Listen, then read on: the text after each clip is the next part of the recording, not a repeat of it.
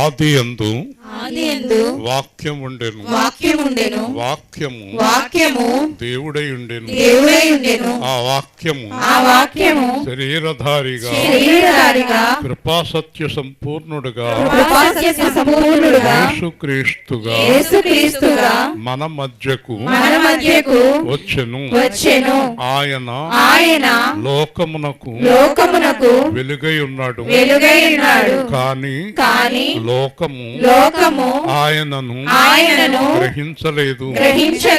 ఎవరు ఆయనను గ్రహించిరో వారికి దేవుని పిల్లలగుటకు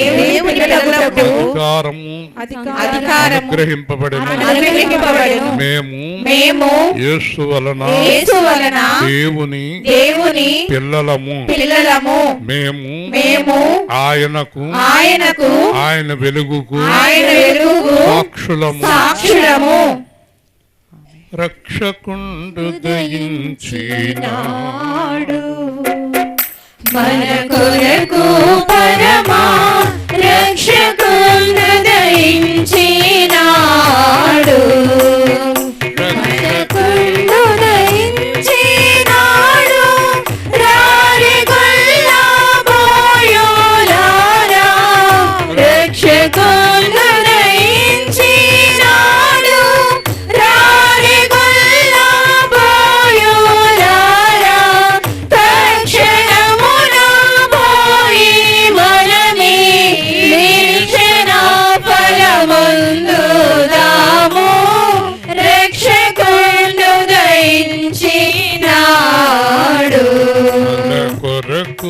పరమా రక్షకుండు దయించినాడు.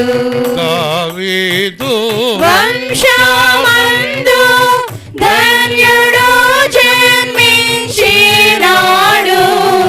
దావీదు వంశమందు ధన్యుడు జన్మించినాడు. దేవుడగు యెహోవా దిక్కు తేరి చూచినాడు. రక్షకుండు దయించినాడు.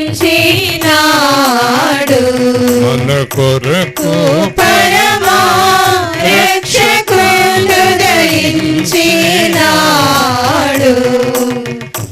గగనము నుండి దిగి ధనుడు గాబ్రియేలు దూత, గగనము నుండి దిగి ధనుడు గాబ్రియేలు దూత, తగినట్లు చెప్పేవారికి మిగుల సంతోష సువార్త. రక్షకుండు దయించినాడు. మన కొరకు పరమా రక్షకుండు దయించినాడు. వర్తమానము చెప్పి దూత వైభవమున పోవుచున్నాడు. వర్తమానము చెప్పి దూత వైభవమున పోవుచున్నాడు. కర్తను చూచిన వెనుక కాంతము విశ్రామంబపుడు. రక్షకుండు దయించినాడు. మన కొరకు పరమా రక్షకుండు దయించినాడు.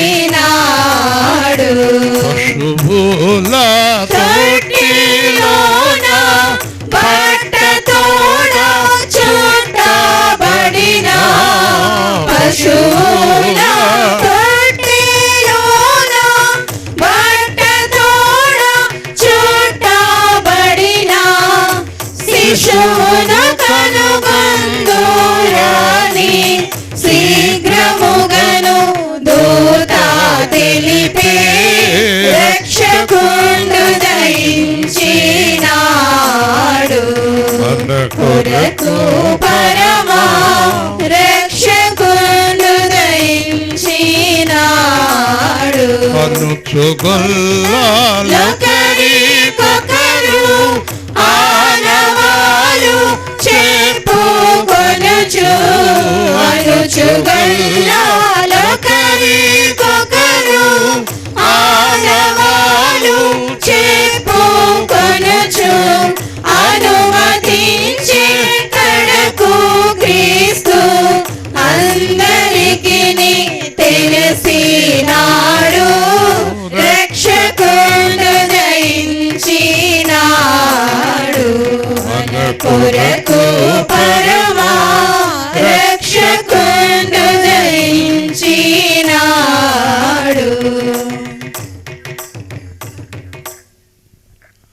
సర్వోన్నతమైన స్థలములలోన దేవునికి మహిమా మహిమా మహిమా.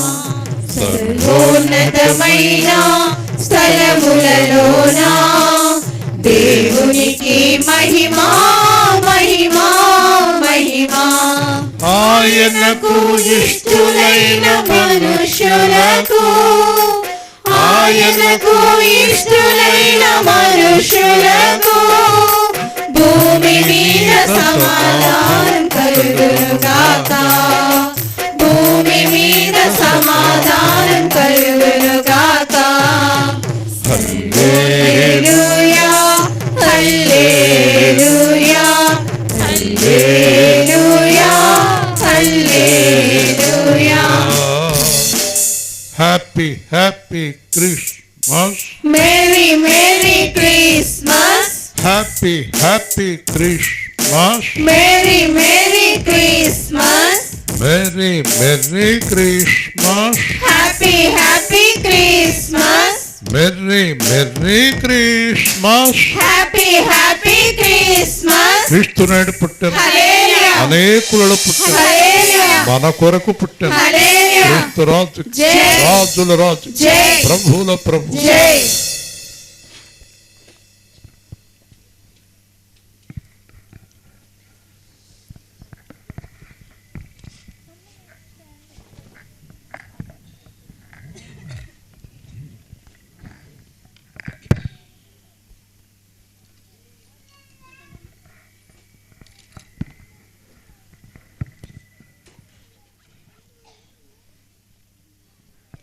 దేవుని వాక్యాన్ని శ్రద్ధగా విందాము.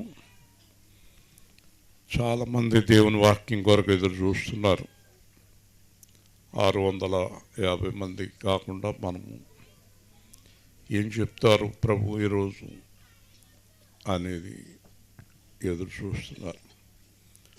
మనం క్రిస్మస్లో ఉత్సాహంగా పాల్గొనటానికి కారణం వాక్యం, దేవుడు ఏం మాట్లాడతాడు అనే ఉత్సాహంతో ఆసక్తితో మీరు వస్తున్నారు కనుక నా మీద చాలా బాధ్యత పెరిగింది. ఈ మధ్యకాలంలో ఎక్కువ ధ్యానం చేస్తున్నాను. ఏం చెప్పమంటారు ప్రభు అని. ప్రతిరోజు ఆయన వాక్యాన్ని చూపిస్తున్నారు. అటు ఇటు చూడక మనం ఇలా తిరిగి వర్తమానం ఆ పక్క ఈ పక్క చూస్తాం అలవాటు నీకు. మీ పిల్లలు లేరు కదా, ఇంకా ఎందుకు చూస్తున్నావు? కాబట్టి దేవుని యొక్క వాక్యాన్ని మనం శ్రద్ధగా ధ్యానం చేయాలి. వాక్యమే యేసు అని మనం చదువుకున్నాం. వాక్యం లేనప్పుడు యేసు లేడు మనతోటి అనే అర్థం. ఈరోజు ఒక లోతైన సత్యాన్ని మనం చూద్దాం. యోబు గ్రంథము 9వ అధ్యాయం. యోబు గ్రంథము 9వ అధ్యాయం 32వ వచనము. యోబు గ్రంథము 9:32 427వ పేజీ.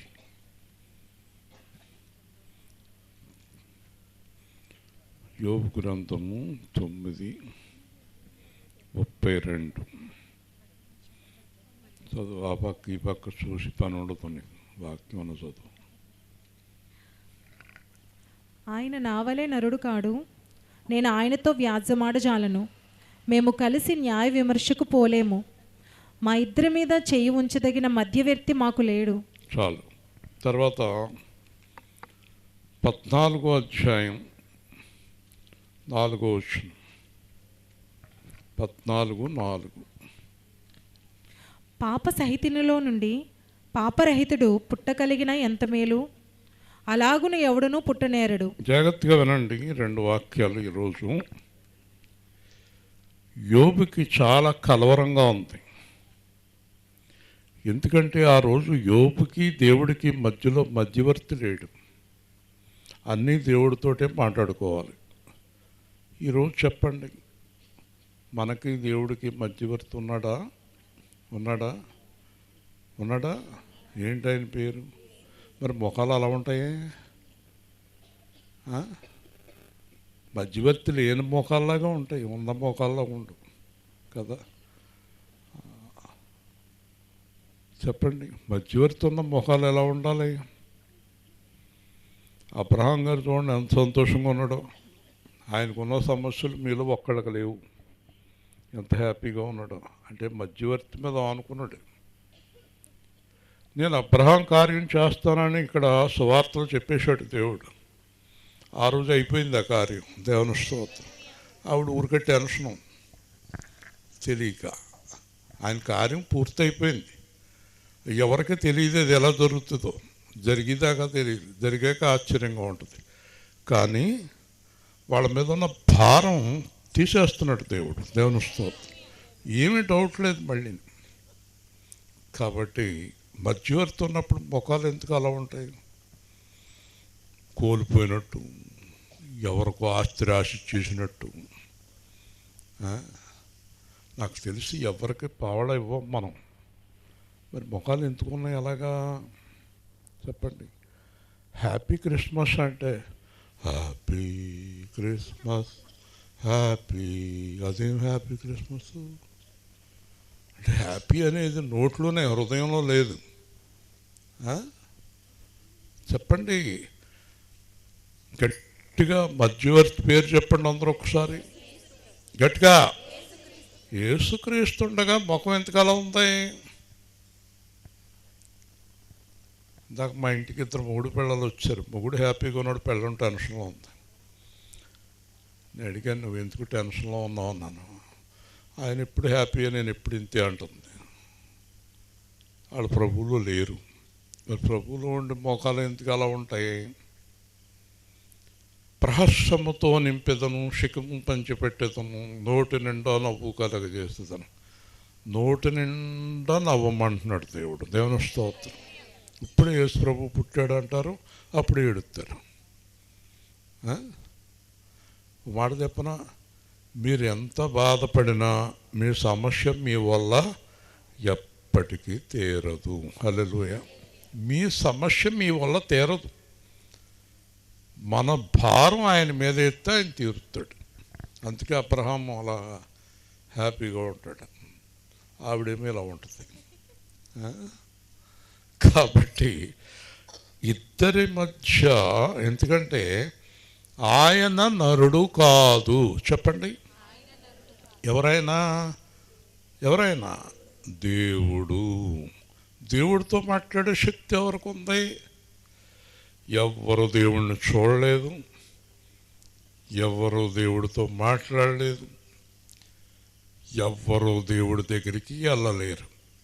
అసలు దేవుడితో మాట్లాడే అవకాశమే లేదు. మొన్న గొప్ప దైవజనుడు చెప్తున్నాడు, ఏదేను తోటలోకి వచ్చి ఆదాముతోటి హవ్వతో మాట్లాడింది ఎవరో తెలుసా? మొన్నే బయలుపరిచాడు దేవుడు. ఏదేను తోటలో ఆదాము హవ్వతో మాట్లాడింది యేసుక్రీస్తే. గట్టిగా దేవుని స్తోత్రం. చూసారా? అసలు దేవుడు పరలోకం నుంచి ఎప్పుడు కిందకి రాలేదు. మోషేతో మాట్లాడింది యేసే. అంత గొప్ప మధ్యవర్తి మనకున్నాడు. ఇప్పుడు మనకు తెలుసు, పైగా ఉన్నాడని తెలుసు. ఆయన టెన్షన్. నిద్రవుతుంటే మొగుడిని 12ంటికి పొడుతుంది ఇలాగా. యా అంటాడు వీడు. నీకు నిద్ర ఎలా పడుతుందయ్యా అంటుంది. ఈవిడి నిద్రపోతాం. నిద్రపోనందువల్ల సమస్య తీరిందంటే పెద్దదైపోయింది. ఎలా పెద్దదైంది?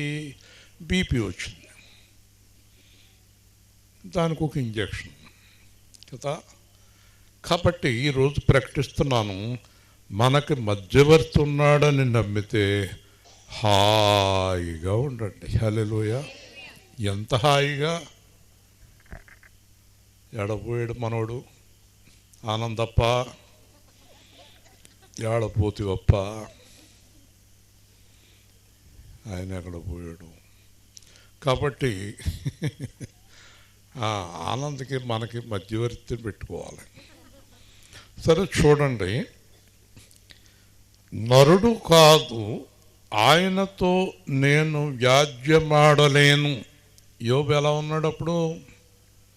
యోబు ఎలా ఉన్నాడో తెలుసా? ఎలా ఉన్నాడో? యోబు ఎలా ఉన్నాడో తెలుసా? మీరైతే అడ్రస్ కూడా ఉండరు. ఆస్తి పోయింది, వింటున్నామమ్మా? ఆస్తి పోయింది, ఓకే. కొడుకులు చచ్చిపోయారు,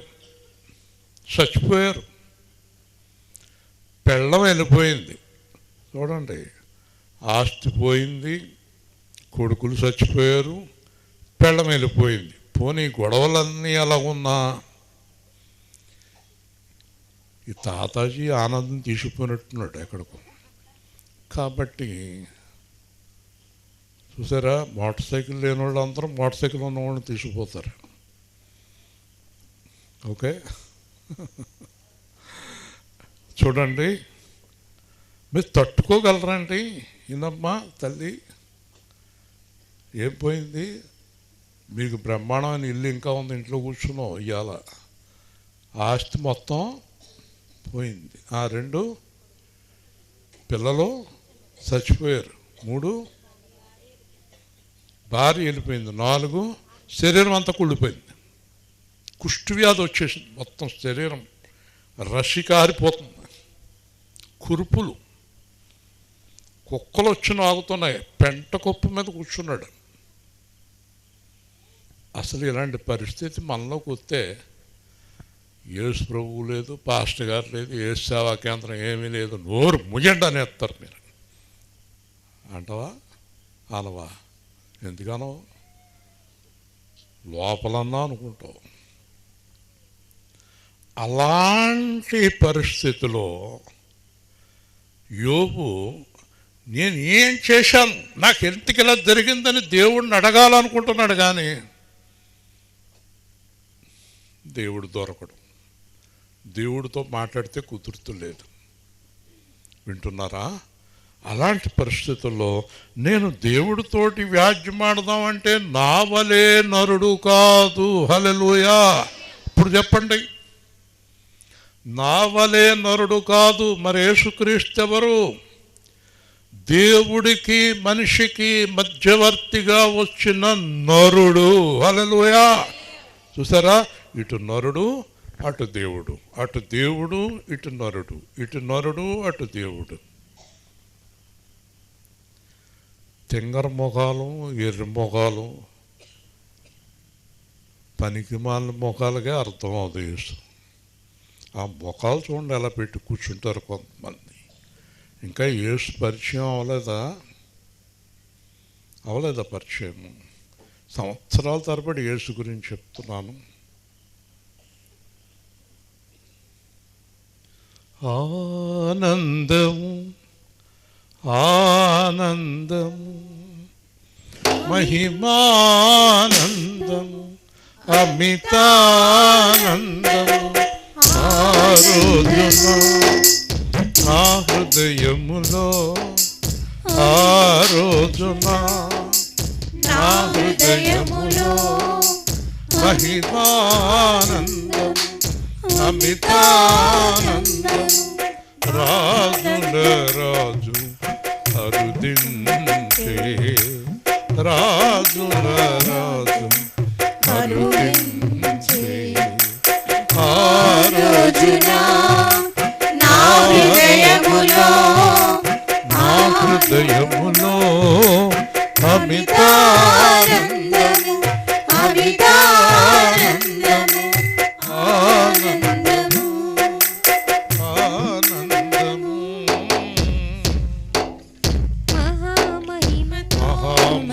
మహిమతో మహిమరూపి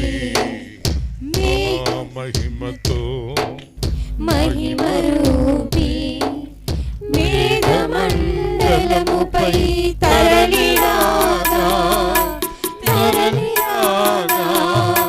దూతగణము పరవశించి పాడుచుండగా పడాలి కదా. దూతగణము పరవశించి పాడుచుండగా ఆ రోజున నా హృదయములో ఆ రోజున నా హృదయములో అమితానందము అమితానందము ఆనందము ఆనందము విజేతలందరూ నిలిచి ఉండగా విజేతలందరూ నిలిచి ఉండగా నా ప్రభువు నన్ను పిలిచి చేరదీయును నా ప్రభువు నన్ను పిలిచి చేరదీయును కన్నీటిని నా ప్రభువే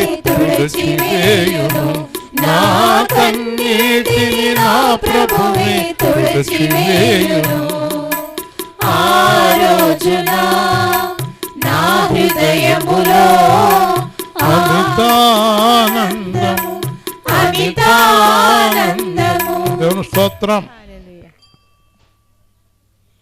జాగ్రత్తగా ఉండండి. మధ్యాకాశంలో యేసు ప్రభు నిలబడి ఉంటాడు. ఒకవేళ మనం మరణం వరకు రాకడ వరకు యథార్థంగా పరిశుద్ధంగా ఏమాత్రం తేడా ఉన్నా ఎత్తపడం, యథార్థంగా పరిశుద్ధంగా ఉంటేనే ఎత్తపడతాం. ఎత్తబడిన తర్వాత మధ్య ఆకాశంలో కోట్ల కొలదిగా విశ్వాసులు మెదినప్పుడు ఆయనకి ఇష్టముగా సేవ చేసిన వారిని పిలిచి భుజం మీద చేసి ముద్దు పెట్టుకొని నా గురించి, సువార్త గురించి, ఆత్మల గురించి ఎంత కష్టపడ్డావు కుమారుడా అంటాడంట. హల్లెలూయ.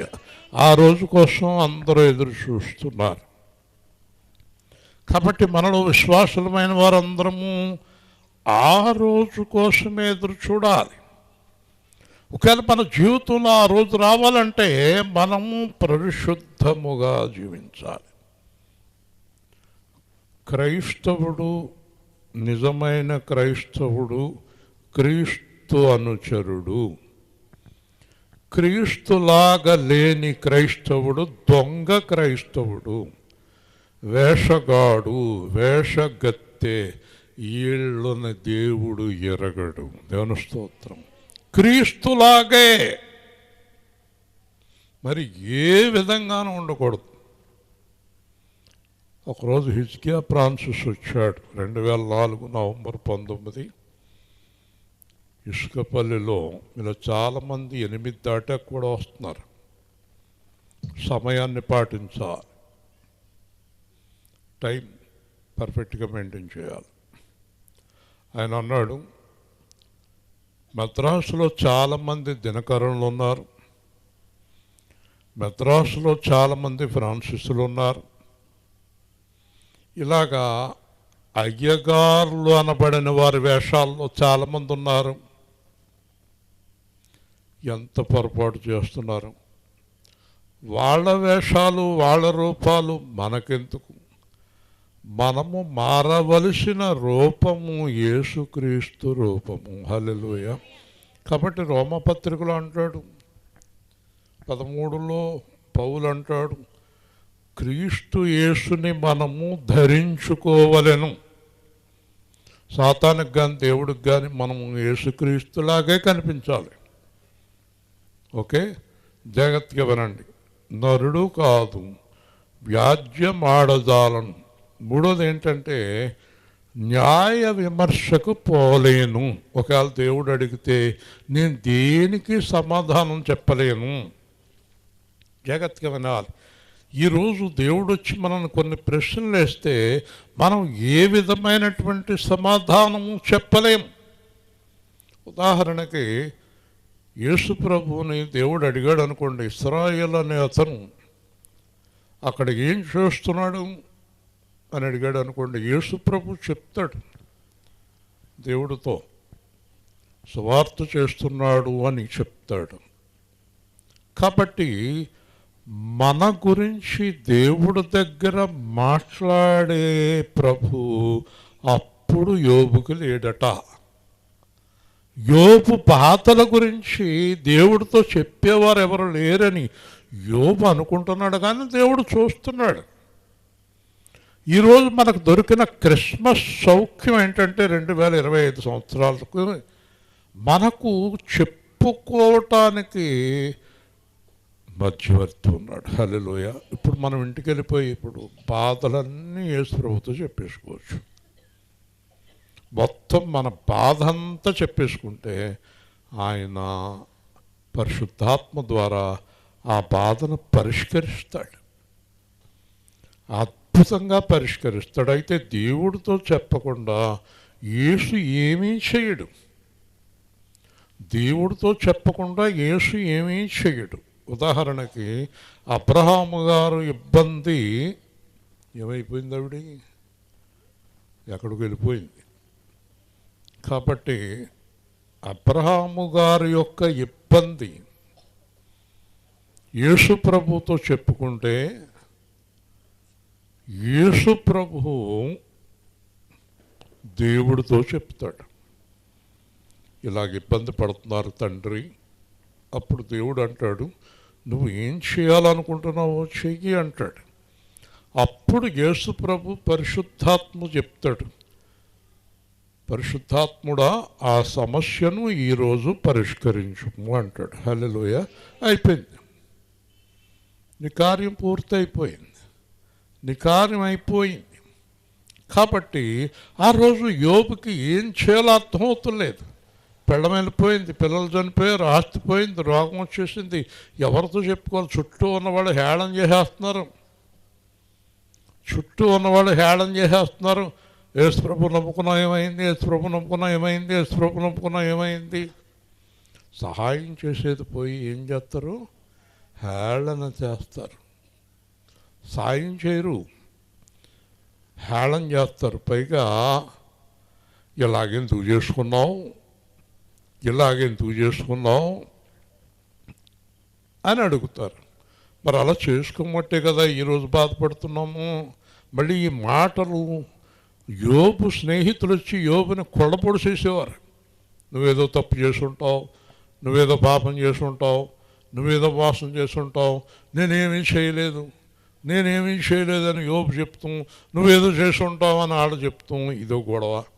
ఓ పక్కన రోగం, ఓ పక్కన రోగం కదా. ఓ పక్కన రోగం అంటే సెల్ ఫోన్ అన్నమాట. అదొక రోగం కదా మనకి. ఏ టైంలోనే ఇలా చూస్తామే, అదొక రోగం. నా బాధపడలేక మానేశాడు, కానీ ఇవాళ ఎందుకు వచ్చాడు పాపం, అదొక రోగం కదా. అది ఆవిడ పక్క చూస్తుంది, అదో రోగం. ఎన్ని రోగాలు కదా. అసలే రోగంతో బాధపడుతుంటే పొలొచ్చి పుడుతున్నారు. నా దగ్గరికి వచ్చి ఒకడు చచ్చిపోయాడు అనుకోండి, లేడు, అంత స్టైల్గా ఉండకపోతే అప్పుడు అంటున్నాడు. ఈ పోట్లు ఓ పక్కన రోగంతో ఏడుతుంటే, పక్కన పెళ్ళం వెళ్ళిపోయిందని ఏడుతుంటే, పక్కన ఆస్తి పోయిందని ఏడుతుంటే, ఎలా పోయింది? ఎవడో ఇల్లు అంటుకుందంట, ఆర్పుతూ మానేసి ఎలాగ అంటుకుందని అడుగుతున్నాడంట. అందరూ అన్నారంట, ఈయన నా మంటలో పడేయండి అన్నారంట. ఇది ఏం చేయాలి? ఏం చేయాలి? బకెట్ నీళ్ళు, పైపు నీళ్ళు పట్టుకెళ్ళాలి కదా. పోనీ అంటుకున్న వాళ్ళు ఆరిపోళ్ళతో సహకరించాలి కదా. అలా కేకేసి ఆరిపోడిని కేకేసి అసలు ఇది ఎలాగ అంటుకుందని ఈయన పడేయండి ఆ మంటలో అన్నారు ఫస్ట్. ఇలాంటి పనికి మానోళ్ళు ఎక్కువైపోయారు ఈ లోకంలో. సాయం చేయమన్నాడు దేవుడు, నీ పొరుగు వారికి సహాయం చేయమన్నాడు. హల్లెలూయా. మనం ఈ అబ్రహాముకి ఏదైనా చేయగలిగితే సహాయం చేయాలి, పొడకూడదు.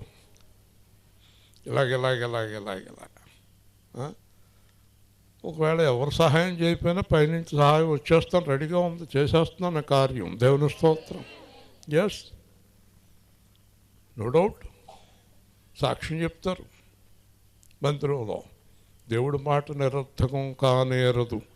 కాబట్టి ఇక్కడ ఏమంటున్నాడంటే, మా ఇద్దరి మధ్య చెయ్యి ఉంచదగిన మధ్యవర్తి లేడు అన్నాడు. లేడు అన్నాడు. ఈరోజు మనకు వాక్యం ఏం సెలవిస్తుందంటే ఉన్నాడు. మనకి దేవుడికి మధ్యన అద్భుతమైన మధ్యవర్తి ఉన్నాడు. భూమి మీదకి పరలోకానికి మధ్యలో ఏలాడుతున్నటువంటి సిలువలో ఉన్నటువంటి యేసుక్రీస్తు మనకి మధ్యవర్తిగా ఉన్నాడు. మన పాపములన్నీ భరించి మనల్ని విడుదల చేసి పరిశుద్ధులుగా దేవుడి దగ్గరికి తీసుకెళ్ళటానికి మన పక్కన యేసయ్య ఉన్నాడు. హల్లెలూయా, హల్లెలూయా. ఎవరు నన్ను చెయ్యి విడచినా యేసు చెయ్యి విడువడు. ఎవరు నన్ను చెయ్యి విడచినా యేసు చెయ్యి విడువడు. చెయ్యి విడువడు, చెయ్యి విడువడు, చెయ్యి విడువాడు. నా చెయ్యి విడువాడు. ఎవరు నన్ను చెయ్యి విడచినా యేసు చెయ్యి విడువడు. తల్లి ఆయనే, తండ్రి ఆయనే, తల్లి ఆయనే, తండ్రి ఆయనే. లాలించును, పాలించును, లాలించును, పాలించును. ఎవరు నన్ను చెయ్యి విడచినా యేసు చెయ్యి విడువడు.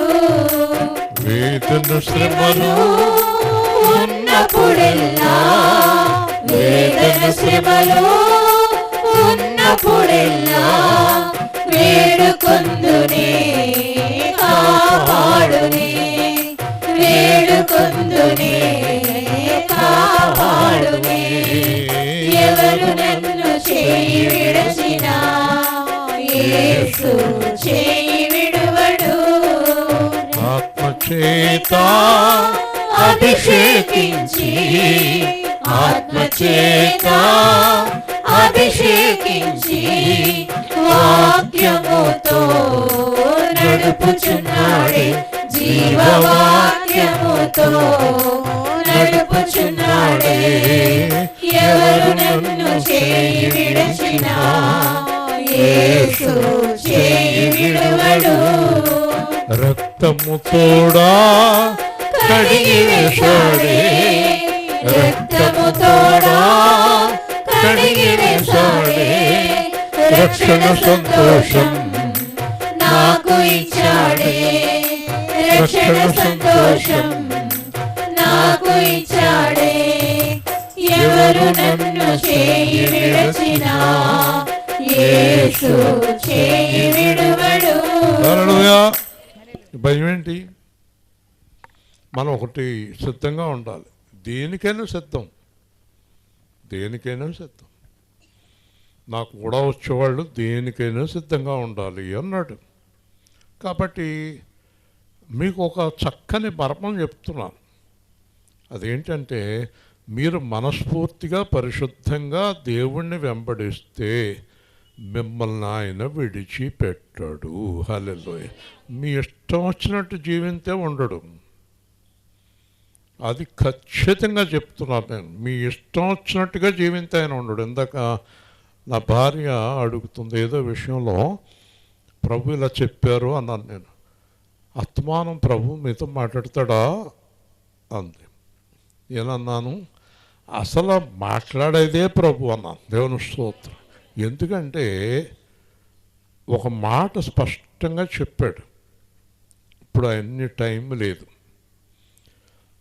యేసుక్రీస్తునందలి బాప్తిస్మము పొందిన మనము ఆయన మరణములోనికి బాప్తిస్మం పొందితిమి. యేసుక్రీస్తు పాపము విషయమై చనిపోయి తిరిగి లేచి దేవుడి విషయమై జీవించుచున్నాడు. అటువలనే మీరును పాపము విషయమై చనిపోయి దేవుని విషయమై జీవించినప్పుడు, మీరు జీవించేదే దేవుడి కోసమైనప్పుడు ప్రతి క్షణము దేవుడే మనతో మాట్లాడతాడు. హల్లెలూయా. అసలు జీవించేదే దేవుడి కోసం. నేను చెప్పాను, నేను బతికేదే ఆయన కోసం. ఇందాక ఎస్తేర్తో కూడా చెప్పాను, నేను బతికేదే ఆయన కోసం, నేను జీవించేదే ఆయన కోసం అయినప్పుడు నాతో మాట్లాడకపోతే ఎవరితో మాట్లాడతాడు దేవుడు? దేవుని స్తోత్రం చెప్పండి. కాబట్టి నేను జీవించేదే ఆయన కోసం, కథలు కబుర్లు కాదు నాయి. అసలు ఈరోజు బతుకున్నానంటే ఆయన గురించి బతుకున్నాను. కాబట్టి మీరందరూ ఈ 17వ తారీఖున అబ్రహాం భార్య అందరూ మీరు ఒక నిర్ణయానికి వస్తే, మీరు ఈ రోజు నుంచైనా యేసుక్రీస్తు కొరకు జీవించడం మొదలు పెడితే, నాతో మాట్లాడుతున్న దేవుడు మీతోటి ప్రతి క్షణము మాట్లాడతాడు. హల్లెలూయా. ఎందుకు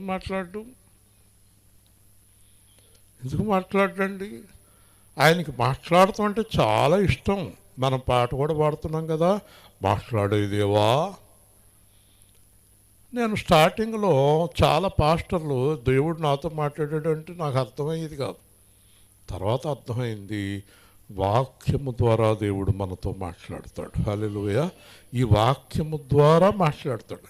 అసలు ఈ వాక్యం లేకపోతే మనకు బుర్ర చెడిపోద్ది, మైండ్ పోద్ది, ఏమీ అర్థం కాదు అసలు మనకి. కాబట్టి చక్కని మాటలోకి వద్దాము. మా ఇద్దరి మీద చెయ్యి ఉంచదగిన మధ్యవర్తి మాకు లేడు. చూసారా? వింటున్నారా? మనిషి మీద చెయ్యగలడు, దేవుడి మీద చెయ్యి ఎవరయ్యగలరమ్మా? హల్లెలూయా. ఉదాహరణ, ఒక పక్కన ఆనందం ఉన్నాడు, ఇక్కడ రావయా అని పొద్దున్న చెయ్యేస్తాను. ఇక్కడ దేవుడు ఉన్నాడు అనుకోండి, రావే బాబు, నేనే అక్కడ చెయ్యేస్తాను, నా చెయ్యి కాలిపోద్ది. అందరూ గట్టిగా 2 చేతులు ఎత్తి దేవుని స్తోత్రం. యేసు ప్రభువు దేవుడి మీద చేయగలడు, మనిషి మీద చేయగలడు. గట్టిగా దేవుని స్తోత్రం. చూసారా ఏం చేస్తాడు ఇద్దరికి? ఈ ఆనందం లేదా ఈ ఇశ్రాయేలుని తీసుకొచ్చి ఆయన చేతిలో చేయించి కలిపేస్తాడు. ఏదో బెంగెట్టుకున్నట్టు. వింటున్నావా?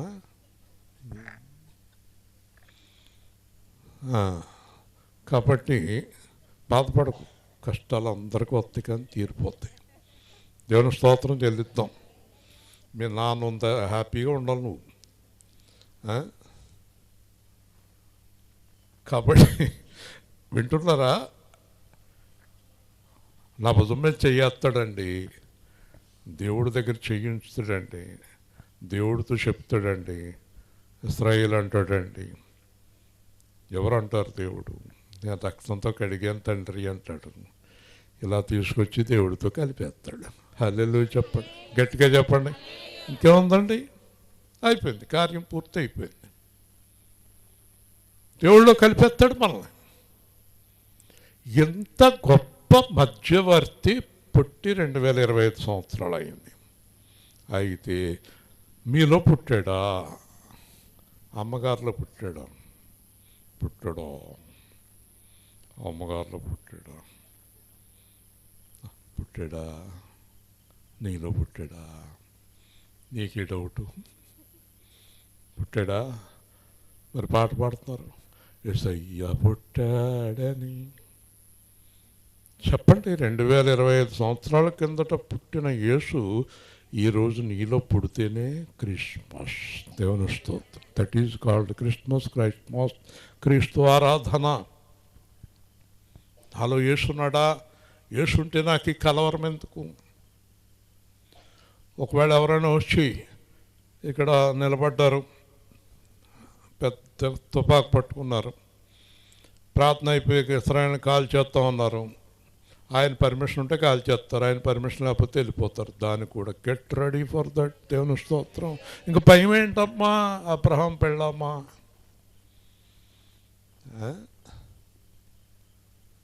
లోపల ఎవరు? మీ అమ్మాయా?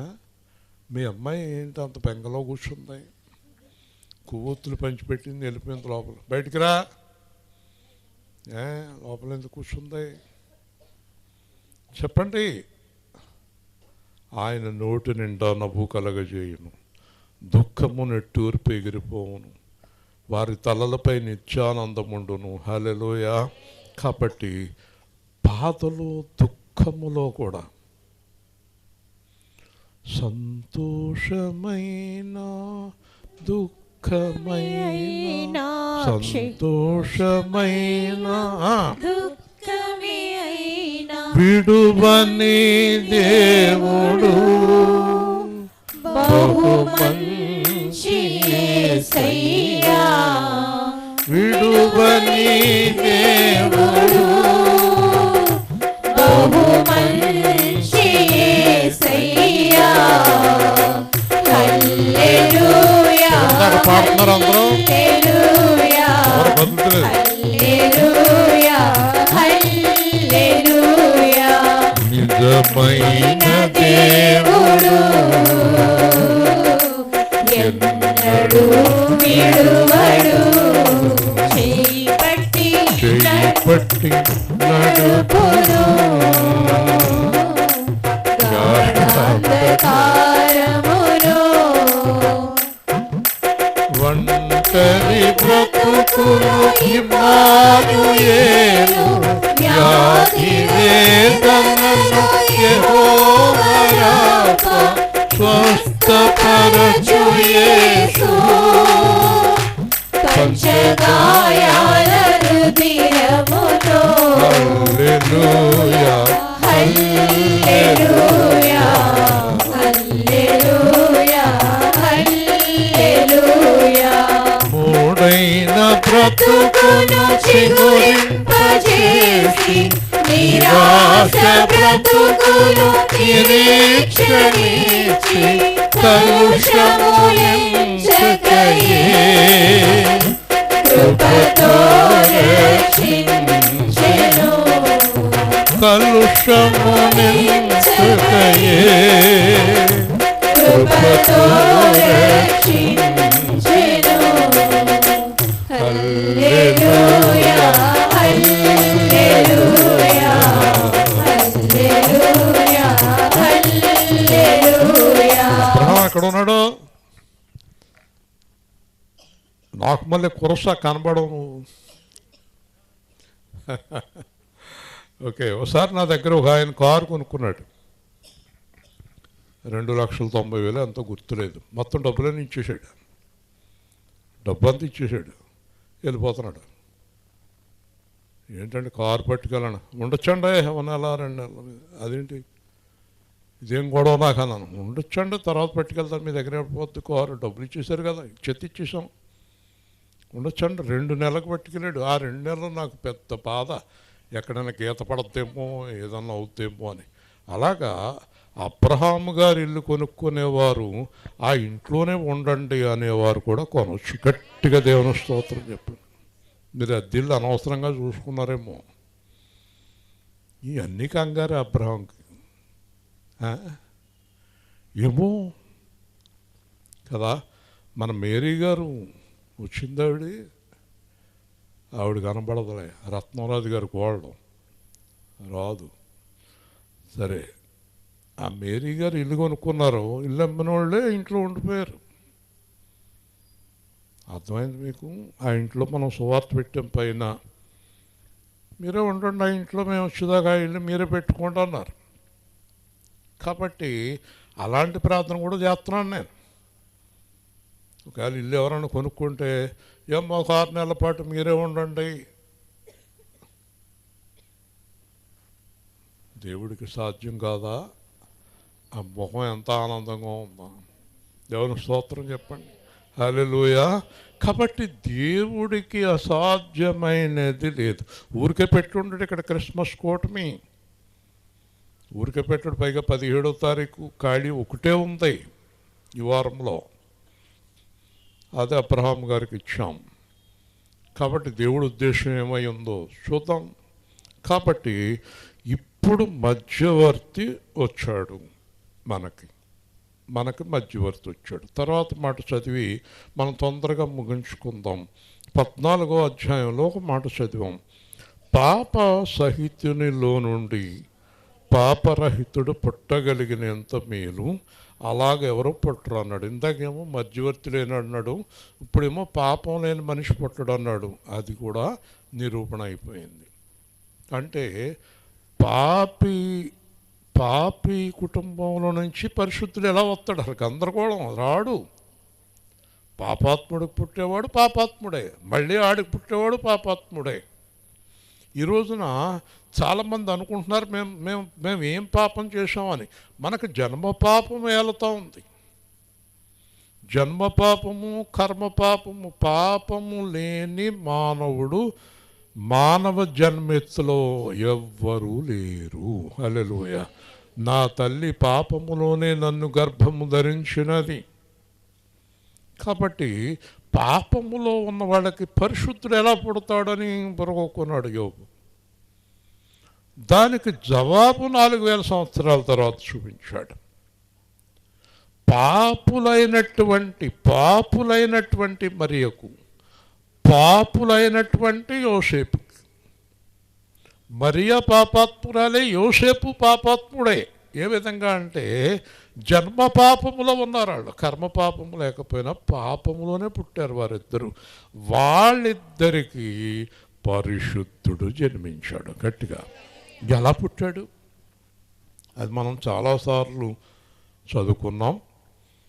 దేవుడు మరియ గర్భాన్ని వాడుకున్నాడు. పరిశుద్ధాత్మ వలన గర్భం ధరించింది. స్త్రీ పురుషుల కలయిక వల్ల కాదు. కాబట్టి జన్మలోనే పాపము లేనివాడు యేసుక్రీస్తు. హల్లెలూయా. జన్మ పాపము లేకుండా పుట్టాడు ఆయన. ముగించే ముందు చక్కని మాట చెప్పి ముగిస్తాను. కాబట్టి యేసు ప్రభు పరిశుద్ధాత్మలో జన్మించాడు కనుక ఇక్కడ చూస్తే పాప సహితునిలో నుండి పాపరహితుడు పుట్టాడు. పాపము గలవానిలో నుంచి పాపము లేనివాడు పుట్టాడు. ఇక్కడ అంటాడు అలాగెవరు పుట్టరు అన్నాడు, కానీ పుట్టాడు. ఇది యోబు సొంత మాటలు. మా ఇద్దరి మధ్యన మధ్యవర్తి లేడు, పాపం లేనివాడు పుట్టడు అన్నది యోబుకున్న ఆలోచన. అందుకే మీ ఆలోచన వేరు, నా ఆలోచన వేరు అన్నాడు దేవుడు. హల్లెలూయా చెప్పండి. లాస్ట్లో యోబు ఒప్పుకుంటాడు అనుకోండి, నేను బుద్ధి లేని మాటలు మాట్లాడాను అంటాడు. నాకేమీ తెలియదని ఒప్పుకున్నాడు. ఎన్ని సంవత్సరాలైనా మనకు తెలియదని ఒప్పుకోము. నాకెందుకు తెలియదు అంటాం, అంతేనా? అసలు ఎన్ని ఏళ్ళైనా నాకు తెలియదన్న మాట ఒప్పుకోం మనం. నాకంతా తెలుసు అంటాం కదా. కాబట్టి ఇప్పుడు చెప్పండి, పరిశుద్ధుడు పాపాత్మలోంచి వచ్చాడా రాలేదు? దేవుని స్తోత్రం. హల్లెలూయా. అదే యేసు పాపములో ఉన్న నీలో నుంచి కూడా రావాలి. హల్లెలూయా. చూసారా? ఆ పాప సహితురాల్లో నుంచి వచ్చిన పాపరహితుడు నీలోకి వచ్చి పాప సహితములో ఉన్న నిన్ను పాపరహితుడుగా, రహితురాలుగా మారుస్తున్నాడు. హల్లెలూయా. గట్టిగా చెప్పాలి. ఇప్పుడు అర్థమైందా మీకు? యేసయ్య ఎవరికి పుట్టాలయ్యా సతీషు? ఎవరికి? నీకా నాకా? ఇద్దరికైనా? చెప్పు గట్టిగా. నాలోను పుట్టాలి, నీలోను పుట్టాలి. పరిశుద్ధత లేకుండా ఎవరు దేవుడి రాజ్యానికి వెళ్ళలేరు. అందుకే నాలో యేసు ప్రభు, నీలో యేసు ప్రభు. ఇంకా బోల్డ్ వాక్యాలు ఉన్నాయి, మనకు టైం సరిపోదు. కానీ ఆయన ఎలా పుట్టాడు, ఎలా వచ్చాడు అనేవి చాలా సందర్భాల్లో దేవుడు మాట్లాడాడు. నేను వారి మీద జాలి పడుతున్నాను, నేను వారి మీద కనికరపడుతున్నాను. ఈ రోజున మన మీద ఉన్న కనికరము, మన మీద ఉన్న జాలి, మన మీద ఉన్న దయ వలన యేసు మనకు పుట్టాడు. 14 చూసారా?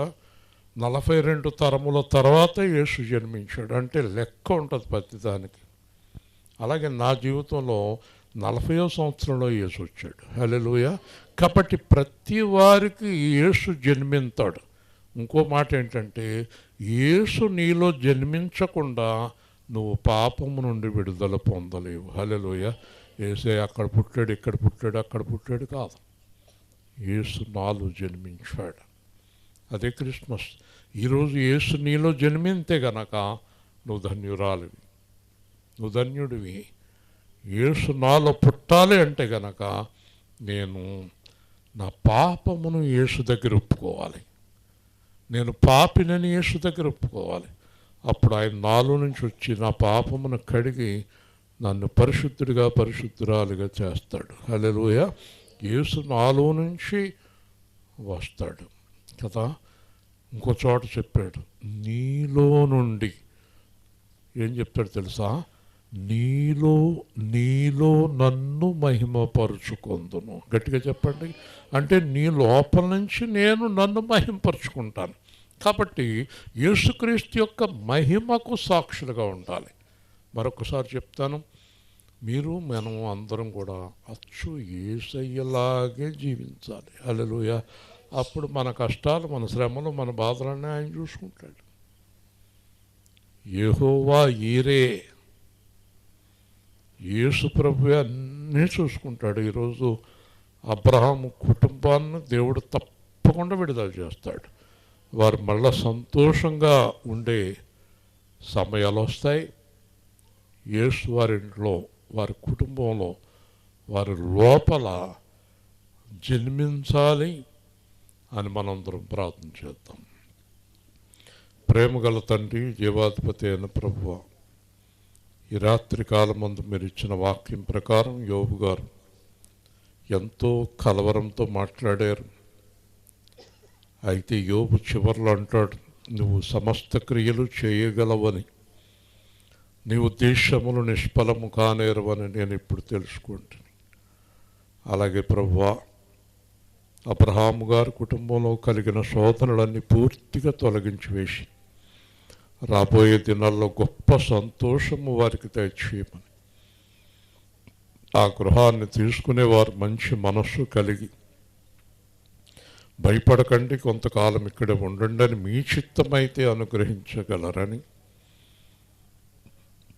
కూడి వచ్చిన సంఘాన్ని ప్రతిరోజు ఎంతో దూరం నుంచి వచ్చి క్రిస్మస్ ఆరాధనలో పాల్గొంటున్న కత్తపాడు వారు, కావలిపురం, తణుకు, వేల్పూరు, రాలింగి అనేక ప్రాంతాల నుంచి వచ్చి పాల్గొంటున్న పిల్లలను, మైక్ సెట్లు, నాయన మరి వీడియోలు, పాటలు, వాయిద్యాలు ఇలాగ ఎంతో సహకరిస్తున్నా నీ బిడ్డలందరినీ దీవించమని, మిగిలి ఉన్న కార్యక్రమాలను మీ హస్తాలకు అప్పగించుకుంటూ యేసు నామములో ప్రార్థిస్తున్నాము తండ్రి. మంచిదండి. రేపు రాత్రి గ్లోరీ గారండి, రాలింగి కళ్యాణ మండపం వీధి చివర. అందరూ సమయానికి రండి. రేపు రాత్రి గ్లోరీ గారు 19 తణుకు. మళ్ళీ రేపు రాత్రి వివరం తెలియజేస్తాం. 20 పగలు ఉపవాస ప్రార్థన, సువార్త రాజుగారిది రాత్రి వారింటి దగ్గర సువార్త. మంచిదండి.